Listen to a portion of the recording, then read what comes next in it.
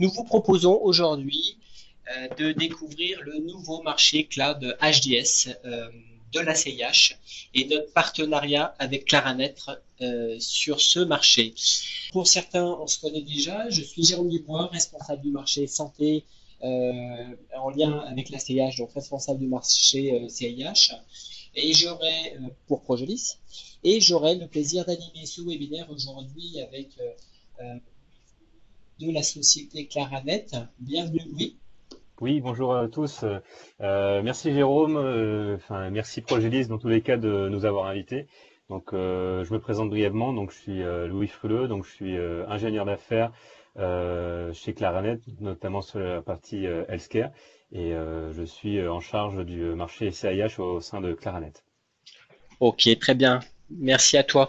Alors, en termes d'agenda, ce que l'on vous propose aujourd'hui, c'est de vous expliquer un peu pourquoi le partenariat Progelis Claranet est né, notamment pour adresser ce marché cloud HDS et les forces de ce partenariat. Ensuite, nous allons vous présenter ce qui est un petit peu l'objectif de ce webinaire, c'est en quoi consiste, je dirais, ce nouveau marché cloud HDS de la CIH et quels bénéfices peut-il vous apporter pour votre établissement. On souhaitait également vous partager quelques scénarios cloud HDS pour votre établissement. On en a sélectionné trois pour vous projeter en termes d'usage. Euh, on pourra l'agrémenter de retours d'expérience également, puisque on bénéficie de la certification HDS depuis quelques temps, donc avec des reculs et des retours d'expérience à vous communiquer. Pour aller plus loin, on vous communiquera un petit peu quelques livres blancs sur lesquels vous pourrez avoir une vision des différents scénarios, de la démarche pour aller dans le cloud. Et comme promis, je vous partagerai l'agenda de nos prochains webinaires pour cette saison 2. Voilà en termes d'agenda. Et bienvenue à tous ceux qui nous rejoignent au fur et à mesure. Alors pour démarrer ce webinaire, d'habitude, je ne vous fais pas de présentation de Progelis, mais en une slide, pour ceux qui ne nous connaissent pas, on va vous présenter brièvement Progelis et Claranet et les forces du partenariat. Tout d'abord, Progelis est présent sur la France par le biais de 3 agences, à Paris, Lyon et Aix-en-Provence. Progelis se définit comme ultra spécialiste des solutions Microsoft, pure player Microsoft, et expert sur les solutions cloud de Microsoft que sont Azure et Office 365. On intervient dans 4 domaines principalement au niveau du conseil autour de la stratégie, de l'évolution du système d'information, de la sécurisation, de l'expertise technique autour des solutions Microsoft, le pilotage des prestations pour mener à bien vos projets de transformation numérique, et enfin la dernière activité, User Experience, pour accompagner vos utilisateurs sur les nouveaux usages dans le cadre de projets de type collaboratif notamment. Depuis 18 mois, nous sommes titulaires du marché de prestations Microsoft de la CIH depuis le 18 mars 2018, ce qui a fortement boosté notre activité, notre présence dans le secteur de la santé. Pour autant, la santé était déjà un secteur stratégique chez Progelis. Aujourd'hui, ça représente plus de 30% de notre activité sur la partie santé, essentiellement santé hospitalière, santé publique, qui nous permet d'adresser aujourd'hui plus d'une centaine de clients sur la France métropolitaine et également les dom-toms. Voilà en guise de présentation de Progelis. Euh, Louis, de la même manière, est-ce que tu peux nous présenter un peu qui est Claranet? Oui, tout à fait. Pour vous expliquer, pour savoir, notamment pour les personnes qui ne nous connaissent pas, Claranet, c'est quoi? Donc, c'est un hébergeur et un infogéreur. Et nous sommes notamment un des leaders de l'hébergement managé. Nous sommes basés sur différents sites en France, notamment 6, avec un siège social à Paris, Lille, Rennes, Bordeaux, Nantes et Caen. Voilà, donc nous existons à peu près depuis 1997. Nous sommes une société avec environ un peu plus de 650 collaborateurs. Et sur l'axe du coup de enfin sur la santé, comme vous pouvez le voir ici, nous sommes certifiés hébergeurs de données de santé, donc depuis 2018. Mais néanmoins, avant, nous étions agréés, enfin l'un des premiers hébergeurs agréés de données de santé, donc depuis 2010 environ. Donc, comme je vous l'ai mentionné, nous sommes hébergeurs, mais également infogéreurs. Donc, nous sommes en capacité de fournir de l'infogérance sur différents clouds. Donc, ici, vous pouvez regarder que nous avons différents niveaux sur tout ce qui concerne les clouds AWS, mais également Azure et GCP. Et également, donc, enfin voilà rapidement pour vous présenter Claranet. Ok, merci. Alors, pourquoi ce partenariat, notamment sur le marché cloud HDS? Euh, Vous l'avez vu, lui, vous l'a expliqué, Claranet est expert des clouds publics, Azure, AWS notamment, qui était demandé dans le cadre de la consultation je dirais, de la CIH, est très présent sur le secteur de la santé, du fait notamment de ses certifications HDS pour le maintien en condition opérationnelle des infrastructures des clients dans le domaine de la santé. Progelis, ultra spécialiste des solutions Microsoft et précisément Azure. Donc c'est une complémentarité, on va le voir après au niveau de nos offres précisément sur cette expertise sur les solutions Microsoft. Titulaire du marché de prestations CIH, je vous l'ai dit, avec une très bonne connaissance et très forte présence dans le secteur hospitalier, et connaissance de leur environnement, des contraintes, des problématiques. Ce partenariat nous permet aujourd'hui d'avoir une couverture nationale complète et d'adresser tous les établissements, tous les adhérents de la CIH au niveau national. Point très important, c'est l'apport des certifications 27001 et certifications HDS de Claranet qui nous permet d'avoir un service opéré, notamment sur la partie maintien en condition opérationnelle des infrastructures hébergées dans le cloud, puisque cette certification est nécessaire. Voilà. Et on pourrait y revenir, mais dans un contexte de GHT, si l'établissement support met à disposition des services au niveau du GHT, l'établissement support se doit d'avoir cette certification HDS, donc c'est un point très important.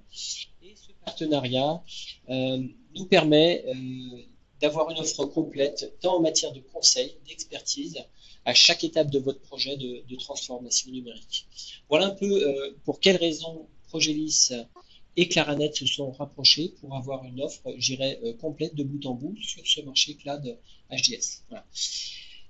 On va passer justement donc à la présentation du marché. N'hésitez pas à poser vos questions au fil de l'eau dans le chat, hein, pour les personnes qui nous auraient rejoints. On prendra les questions au fur et à mesure sur chaque point. Voilà. Donc Claranet, Progelis se sont associés sur ce marché. Je voudrais juste revenir quand même sur le contexte du marché et pourquoi la CIH a notamment lancé ce marché, cette initiative. Le premier point, c'est que tout d'abord, le constat est clair, c'est que notre système de santé français aujourd'hui est obsolète. Voilà. Et il n'est pas normal qu'aujourd'hui, au XXIe siècle, on ait encore des problèmes d'échange de données entre les différents acteurs, que ce soit au niveau d'un établissement, ou dans le cadre d'un GHC, ou avec les acteurs externes, par exemple, comme la médecine de ville, ou les autres coopérations, je dirais, hospitalières. On constate des problèmes d'accès aux applications, aux données, notamment dans un contexte des problèmes de mobilité pour les différents professionnels de santé qui vont d'un site à l'autre, d'un établissement à l'autre, ou même qui travaillent en astreinte. Tout ça, aujourd'hui, on constate que c'est fortement problématique. Et aujourd'hui, le parcours de soins du patient doit être repensé et géré avec l'ensemble de ces acteurs en interne, santé, je dirais, hospitalière aussi, avec l'ensemble des partenaires externes. Donc il est important et donc urgent de moderniser notre système de santé, ce qui est d'ailleurs l'une des directives du ministère de la Santé dans le cadre de la stratégie Ma Santé 2022, où il faut justement favoriser la communication, des données de santé entre l'ensemble des systèmes, que ce soit au niveau du DMP, mais aussi en intégrant la messagerie sécurisée de santé pour les professionnels de santé, pour sécuriser ces échanges. Il faut également améliorer la qualité et l'efficacité de la prise en charge des patients et raisonner au niveau de l'ensemble de son parcours de soins.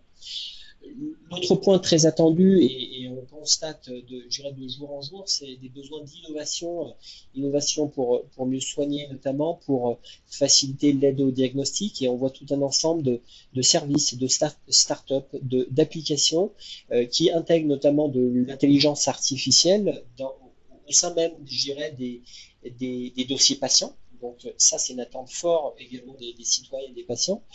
L'autre besoin, que vous avez côté IT, c'est de répondre à des impératifs de continuité d'activité. Vous êtes,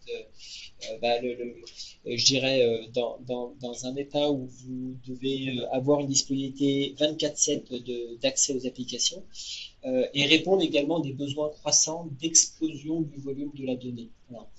Et le dernier point qu'on pourrait rajouter en termes de modernisation, c'est faciliter l'agilité et la maîtrise d'exploitation de votre système d'information avec l'ouverture notamment de votre SI d'établissement de support ou de CH vers les GHT, mais aussi vers les parcours de soins régionaux, les plateformes nationales, et bien entendu tout en garantissant la sécurité des données. Ça, on sait bien, c'est une contrainte forte que vous avez. Voilà pour resituer un petit peu le contexte et un peu dans quel cadre s'est inscrit ce nouveau marché cloud HDS. Voilà. Donc, ce qu'on souhaitait vous faire, c'est vous donner déjà un aperçu du marché, de la composition des différents lots. Louis, est-ce que tu peux nous présenter, voilà, de manière succincte, déjà le contenu global des silos présents dans ce nouveau marché? Oui, tout à fait. Ben, déjà, je te remercie pour la présentation d'avant, qui permettait vraiment de contextualiser dans quel cadre a été lancé cet appel d'offres. Donc, pour histoire, en fait, la CIH a publié un appel d'offres qui avait pour intitulé la prestation de services de fourniture relative à l'hébergement certifié de données de santé, donc plus communément appelé hébergement HDS. Et du coup, à travers cet appel d'offres-là qui a été publié en mars dernier, la CIH a fait différents lots.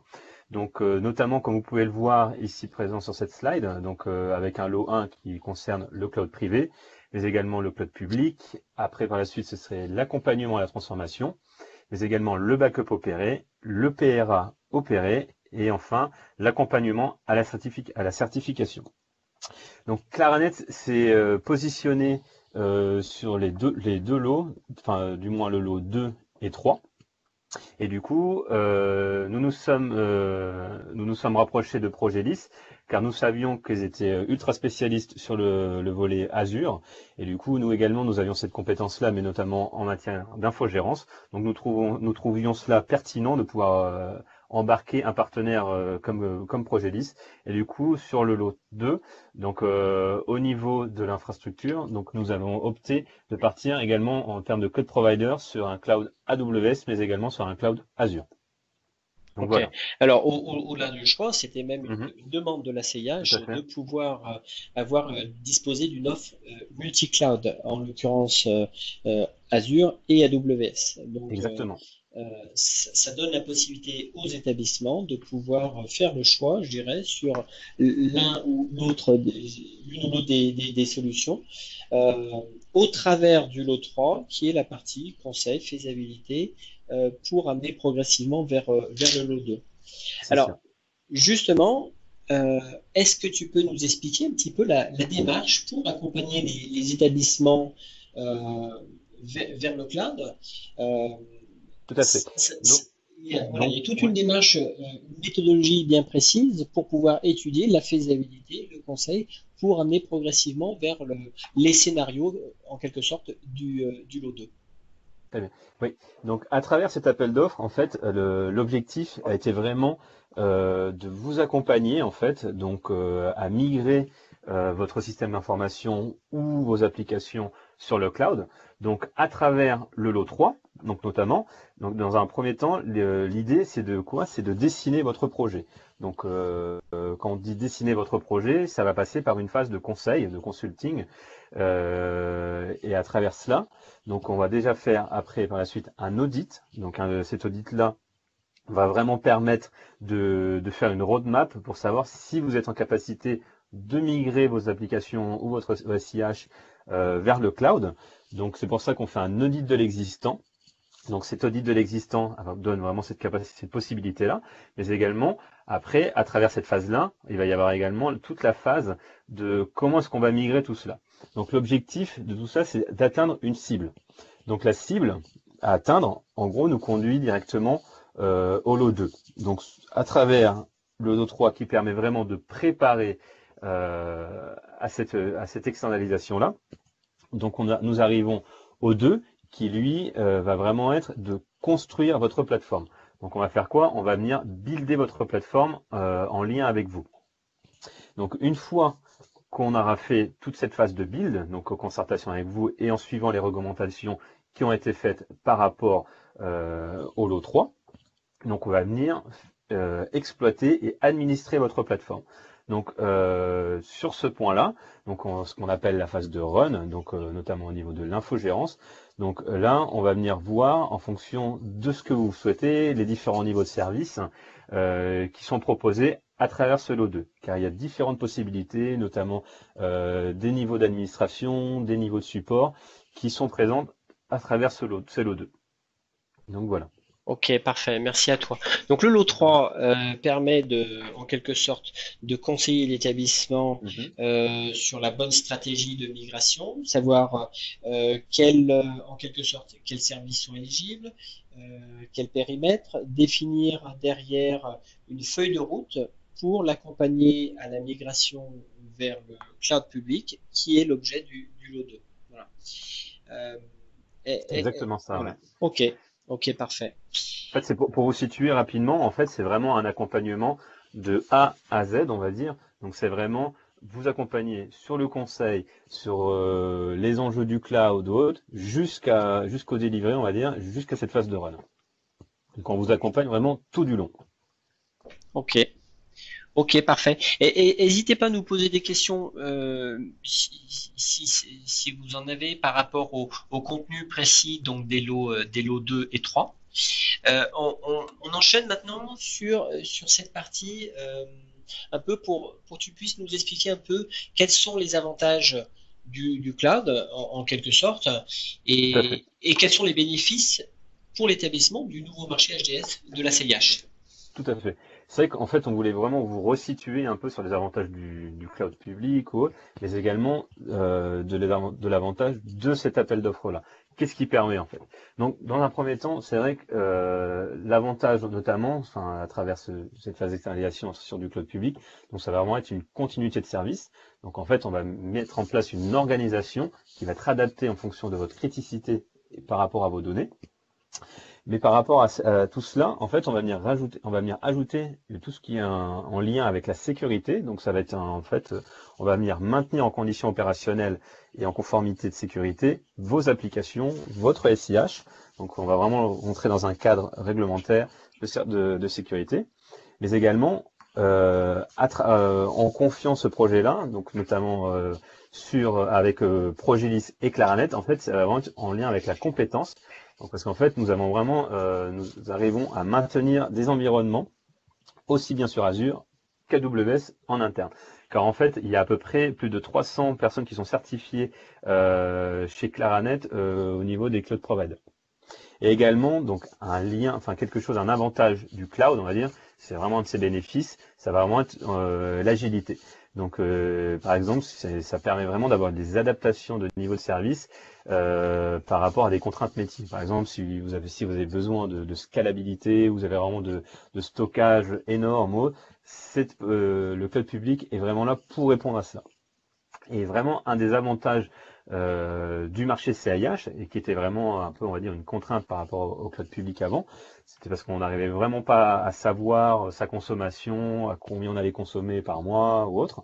Et en fait, à travers ce marché-là, donc si vous adhérez au lot 2, Donc en fait, vous passez via un modèle économique. Donc c'est un modèle économique qui est déjà basé, en fait, qui se base par rapport à un BPU. En fait, ce BPU-là, il a été fait par la CIH pour qu'il y ait vraiment une visibilité. Donc ce dernier enfin, est consultable en fonction, si vous souhaitez adhérer à la CIH. Et voilà. Donc vraiment, pour retenir en quelques mots, on va dire, donc les avantages, ça va vraiment être l'agilité et également un modèle sûr, exactement, vous savez exactement sur quoi vous allez partir.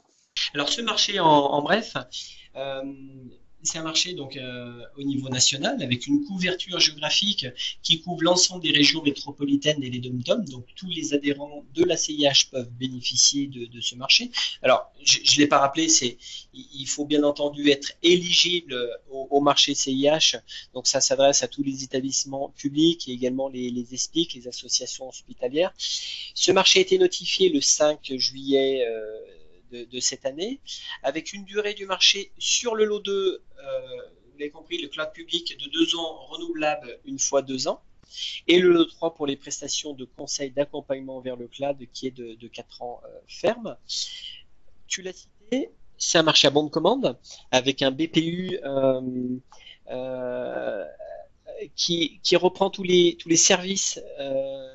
C'est un BPU assez complexe et ça dans les notes de cadrage effectivement on vous présente les différents scénarios possibles avec les scénarios je dirais qui font lien avec le BPU et tous les services notamment d'infogérance associés et enfin petit rappel, c'est Claranet qui est le titulaire du marché, donc des lots 2 et 3, et Progelis déclaré sous-traitant via des C4 sur le lot de 3 de prestations.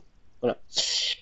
Pour, pour adhérer au marché, c'est simple. Pour ceux qui en ont l'habitude déjà avec la CIH, vous retrouverez sur le portail, je dirais, de la CIH, en gros la convention, toutes les conditions d'accès au marché, tout le détail, les BPU, les CCTP. Vous avez un coût d'adhésion pour ce marché qui dépend, qui est en fonction du nombre de places que vous avez dans votre établissement, qui peut être plafonné au niveau du GHT. Vous faites une demande de convention à la CIH, ils ont un délai de 24-48 heures pour vous confirmer cette adhésion. Et après, la relation se fait directement avec Claranet et Progelis pour adresser, je dirais, d'un point de vue opérationnel, vos projets, pour étudier vos projets. Voilà. Voilà en ce qui concerne le marché. On a fait le tour sur le contenu du marché, sur les avantages du cloud, sur un peu le contenu et le fonctionnement de ce marché. Ensuite, pour vous projeter un petit peu en termes de scénarios, alors certains, j'en suis sûr, vous avez déjà des scénarios puisque j'en ai vu certains d'entre vous, on a déjà des sujets autour du cloud depuis quelques mois, depuis la certification HDS. Mais pour vous projeter un petit peu, on souhaitait vous présenter 3 scénarios pour de l'externalisation pour aller dans le cloud public. Est-ce que lui, tu peux nous présenter ce premier scénario d'externalisation de mon système d'information dans le cloud? Oui, tout à fait. Donc, pour prendre, on va dire, un exemple, ça va être un exemple assez générique, on va dire. Donc, c'est vraiment d'externalisation ici. Donc, qui est éligible à ça? Donc, c'est en fait, l'ensemble des adhérents à la CH peuvent être éligibles sur ce sujet-là. Donc, qu'est-ce qui va en ressortir en fait? C'est notamment quels vont être les bénéfices pour vous. Donc, un des premiers bénéfices, ça va être quoi? Ça va être de passer outre les problèmes de salle. Donc, quand on sait qu'il y a vraiment des besoins en termes de capacité qui ne cessent d'augmenter de jour en jour, de mois en mois et d'année en année. Donc on passe outre ce problème-là, mais également il va y avoir tout ce qui concerne la gestion des serveurs, mais également l'ensemble des compétences. Car c'est vrai que sur les serveurs, la technologie ne cesse d'évoluer, donc après ça devient assez difficile, on va dire, de se maintenir à jour. Après, un des bénéfices, c'est également de vous bénéficier à travers ça, à travers Claranet. C'est quoi? C'est une astreinte. Donc vous avez une astreinte en fait en 24/7. Donc nous sommes un des rares acteurs du moins en France à disposer de ça. C'est en 24/7 en France. Donc c'est des équipes qui sont basées à Rennes et à Lille. Donc en fait c'est là, ça permet vraiment de garantir une continuité de service en cas d'incident. Donc là par exemple si vous avez un problème en pleine nuit, vous avez des personnes qui sont mobilisées, qui peuvent répondre à ça en fonction des SLA qui sont impliqués. Et également, bah, ça permet quoi? Ça permet vraiment de maintenir son SIH en condition de conformité. Donc, comme je vous l'ai mentionné, à travers notamment la certification HDS. Ok. Voilà pour ce scénario. Ok, Ouais. parfait. Je vais vous citer un petit retour d'expérience. On accompagne un GHT de la région Aquitaine. En fait, dans le cadre de la constitution de son GHT, l'établissement support n'avait pas la capacité, je dirais, euh, à avoir toutes les infrastructures disponibles pour pouvoir héberger toutes les applications de l'ensemble du GHT. Et l'autre fait marquant, c'est qu'ils n'avaient pas la certification HDS pour pouvoir maintenir en condition opérationnelle ces plateformes, pour pouvoir adresser, je dirais, l'ensemble des établissements. C'est-à-dire que dans la mesure, dès lors que l'établissement support fournit un service à destination des autres établissements membres de la GHT, ils se doivent d'avoir la certification HDS. Donc là, le périmètre était de pouvoir héberger de nouvelles applications métiers dans le cadre de la mutualisation de certains dossiers patients, de certains services pour le GHT, et en même temps profiter de cette mise en place pour externaliser d'autres serveurs d'administration, de gestion dans Azure. Voilà. Donc c'est un premier retour d'expérience euh, qui est relativement simple à mettre en place. Le recul que pour vous faire, c'est que bien souvent on raisonne dans le cadre d'infrastructures hybrides et c'est rarement une externalisation complète et c'est bien souvent certains pans de l'infrastructure et du système d'information qui sont externalisés. Deuxième scénario, on va parler de l'externalisation du backup. Ouais, exactement. Donc, sur ce point-là, donc sur l'externalisation de backup, donc par exemple, vous avez un besoin de faire un backup, donc bah, vous pouvez faire appel à ce marché-là. Donc, comme tout à l'heure, tous les adhérents de la CIH peuvent bénéficier de ce service-là. Donc, on va se demander, mais pourquoi est-ce qu'on a besoin de ce backup-là? Pourquoi on va partir sur du cloud public? Donc, déjà, un besoin de backup, ça sert à quoi? Ça sert vraiment à protéger ces données, mais également ces applications, enfin, n'importe l'endroit. Donc, après, c'est quoi un des bénéfices d'externaliser son backup? Donc, c'est vraiment d'étendre son stockage, mais également tout ce qui va tourner autour de la sauvegarde. Et après, il va y avoir vraiment en place tout un système qui va permettre de protéger tous les systèmes de criticité, mais également en cas de sinistre. Parce que là, du coup, vous avez des sites qui vont être distants. Donc là, vous pouvez vraiment répondre à ce critère-là. Et également, ça permet quoi à travers cela? Donc déjà, c'est une grosse problématique. Ça va vraiment permettre d'économiser tout ce qui concerne les coûts d'archivage et également tous ces coûts de backup.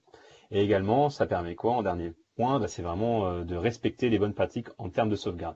Donc là, parce que là, vous rentrez vraiment via des acteurs qui ont l'habitude de faire cela ou autre. Donc voilà. Ok.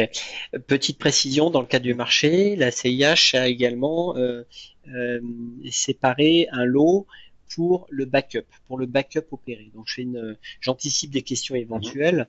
On ne s'est pas tardé là-dessus. Le backup, le lot dédié au backup va consister à opérer tout le service de gestion des sauvegardes, des cartouches de bande, de l'externalisation en dehors des locaux de l'établissement.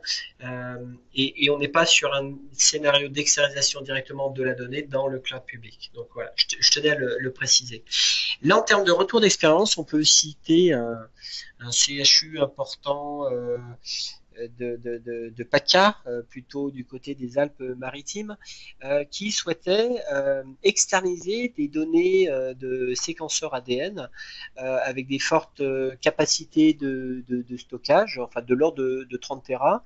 Et ils avaient la problématique notamment de ne pas disposer de suffisamment à la fois de puissance par rapport et de performance et de disponibilité des infrastructures existantes. Et donc Azure était un bon moyen, je dirais, d'externaliser les données de sauvegarde et d'archivage de ces séquenceurs ADN. Et au final, une durée de mise en place, on va dire, très brève, ça a permis de répondre à cette problématique d'externaliser ces données en dehors des locaux du CHU. Voilà. Euh, l'autre cas d'usage que l'on a également, c'est dans le cadre notamment de projets collaboratifs autour d'Office 365. Euh, Par défaut, vous avez des rétentions, je dirais, euh, au niveau des données bureautiques hébergées dans la messagerie, dans l'environnement SharePoint ou Teams, et qui ne répondent peut-être pas à certaines contraintes d'archivage ou de délai de rétention. Et dans ces cas-là, on met en place une solution d'externalisation des données Office 365 dans Azure. Voilà, donc c'est d'autres tours d'expérience que l'on a depuis cette certification HDS. Et enfin, le dernier scénario que l'on a sélectionné pour vous, c'est comment mettre en place un, une reprise de votre activité grâce au cloud public Azure. Tout à fait. Donc là également, vous allez nous dire comme la slide précédente, mais j'ai l'impression que ça faisait partie de l'appel d'offres. Là, on est vraiment dans un cadre de reprise d'activité dans le cloud, on va dire. Donc tout le monde est adhérent également. Néanmoins, tout le monde peut et peut être une cible du moins à cela. Donc c'est tous les adhérents de la CIH. Et en gros, pourquoi mettre en place une reprise d'activité dans le cloud? Donc ça va être quoi? Ça va être vraiment de garantir une disponibilité de vos applications en cas de sinistre. Par exemple, si vous avez une catastrophe ou autre, vous savez qu'il y a vraiment quelque chose pour repartir. Et après, ça va vraiment permettre de protéger vos données hors de votre site. C'est vraiment une possibilité d'automatiser et de rendre fiable cette pratique-là.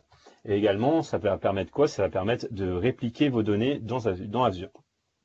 Et également, le dernier bénéfice, c'est de bénéficier d'un plan de bascule qui est orchestré avec des SLA qui sont déjà prédéfinis à l'avance.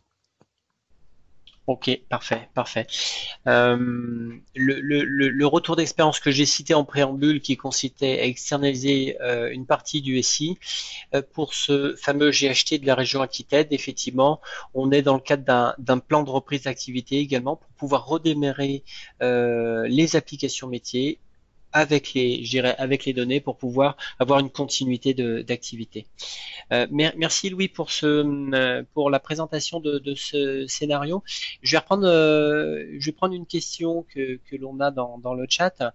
Euh, Est-ce que tu peux nous indiquer la durée de conservation, euh, la durée de conservation différence entre stockage et sauvegarde sur le stockage cloud? Ou plutôt reformuler, quelle est la durée de rétention dans un stockage cloud Azure? Est-ce que tu saurais nous préciser? Là de tête, je ne l'ai pas. Néanmoins, après, c'est on a eu un cas de figure dernièrement, c'était de l'archivage légal, qui lui avait une durée qui avait une durée d'archivage de 20 ans. Nous, en tant qu'infogérant, on ne pouvait pas aller sur ce laps de temps de 20 ans. Néanmoins, Azure était dans la capacité de le faire. Donc, c'était pour répondre à ça. Après, je l'ai pas de tête cette durée-là. Néanmoins, Ok. après, si vous avez des questions, enfin, je me tiens à votre disposition pour Alors, répondre à ça. on pourrait les prendre, mais Hmm. effectivement, en durée de rétention, je dirais c'est dans la limite des données que vous mettez dans Azure.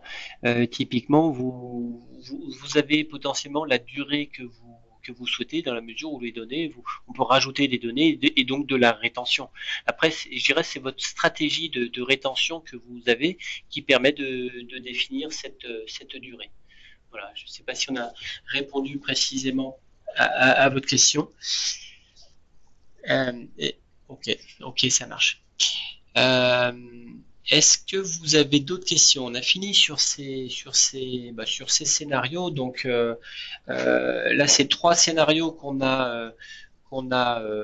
vous a présenté, je dirais. Donc il y en a encore plein d'autres. Comme je dis en préambule au début des scénarios, bien souvent, euh, on est plutôt dans le cadre d'architecture en général hybride sur une partie, je dirais. Toute cette partie définition, stratégie, c'est tout le rôle, je dirais, et tout l'objectif de ce lot 3 de prestations, de conseils avant la migration, qui va permettre de définir avec vous le périmètre, l'éligibilité également par rapport à vos différents sites, par rapport au volume de données, par rapport à vos débits, qui va vous permettre de fixer une feuille de route, une trajectoire, pour après arriver vers une cible et vous mener progressivement vers le lot 2, qui est justement l'objectif du lot 2, c'est de construire avec vous votre plateforme cible qui aura été définie dans la première phase de conseil. Ok. Alors, pour aller plus loin, ce qu'on vous propose justement, c'était de vous mettre à disposition. Il me semblait bien qu'il y avait une question complémentaire. D'après vous, alors, par quoi faut-il commencer son intégration à un mode cloud? Alors, vous n'avez peut-être pas écouté Louis. Ça démarre par une phase justement où on dessine un petit peu votre projet avec l'audit analyse de l'existant. Il n'y a pas de souci. Là, on va parler plutôt du système d'information, des infrastructures, un peu moins dans la messagerie. Donc, on démarre par une phase d'audit analyse de l'existant au niveau des différents services, des différents serveurs que vous avez au niveau de votre infrastructure. Il y a toute une partie étude de cadrage et des ateliers, que ce soit au niveau des serveurs, des applications, du réseau, de la sécurité, voilà, pour fixer une feuille de route, pour définir avec vous ce qui est éligible vers le cloud. Si je prends votre marque, la messagerie, bien entendu, ça c'est un service. Je veux dire, aujourd'hui, c'est un service où on ne se pose plus la question d'externaliser ou pas dans le cloud.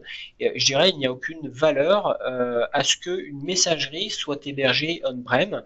Aujourd'hui, la messagerie, elle est partagée, elle est collaborative, elle doit être disponible. Et bien souvent, il faut qu'elle soit disponible au niveau avec les smartphones, constamment disponible en mobilité. Donc ça, c'est un service, bien entendu, je dirais, que l'on externalise bien souvent. Mais on va plutôt parler au niveau de vos infrastructures métiers, de vos serveurs applicatifs. Et c'est cette feuille de route qu'on va construire avec vous, définir, je dirais, après l'audit de l'existant, la note de cadrage pour que vous puissiez aller vers le cloud étape par étape. Voilà. J'espère avoir répondu à votre question. Parfait. N'hésitez pas encore à poser quelques petites questions. On enchaîne, enfin, pour aller plus loin, comme je l'expliquais, on vous a mis à disposition ces scénarios en téléchargement ici au travers d'un e-book. On a publié, Progelis a publié un e-book sur Azure qui permet en quelque sorte de présenter les différentes cibles dans les établissements de santé pour vous projeter en termes de scénarios. Vous n'allez pas tous les mettre en place en même temps. Certains sont éligibles à certains scénarios, d'autres pas.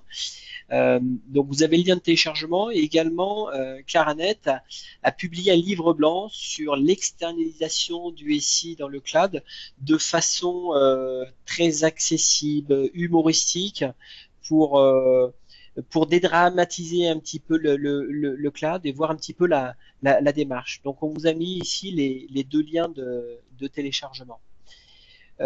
Autre point intéressant qui peut vous intéresser, c'est plutôt Progelis a lancé une étude sur l'adoption du cloud dans la santé, dans le secteur de la santé en 2019. L'objectif est d'identifier le niveau de maturité des établissements, qu'ils soient privés ou publics, leur niveau de maturité sur les clouds, d'identifier les freins, les bloqueurs, mais aussi tous les cas d'usage qu'ils ont actuellement, qu'ils ont déjà externalisés, qu'ils pensent externaliser à court ou moyen terme, et de vous partager ensuite ces retours d'expérience. Donc les cibles, c'est pour cette étude, c'est les établissements de santé privés et publics, que vous soyez pro ou anti-cloud. C'est une étude anonyme. L'étude est réalisée du 20 septembre, donc elle a été publiée la semaine dernière, le 20 septembre jusqu'au 20 novembre, 2 mois, et on publiera les résultats de cette étude début décembre. Donc ça sera une étude rendue publique, voilà, sur l'adoption du cloud dans la santé. Je vous avais annoncé les programmes des webinaires, donc le voici. On démarre aujourd'hui au mois de septembre avec le premier webinaire.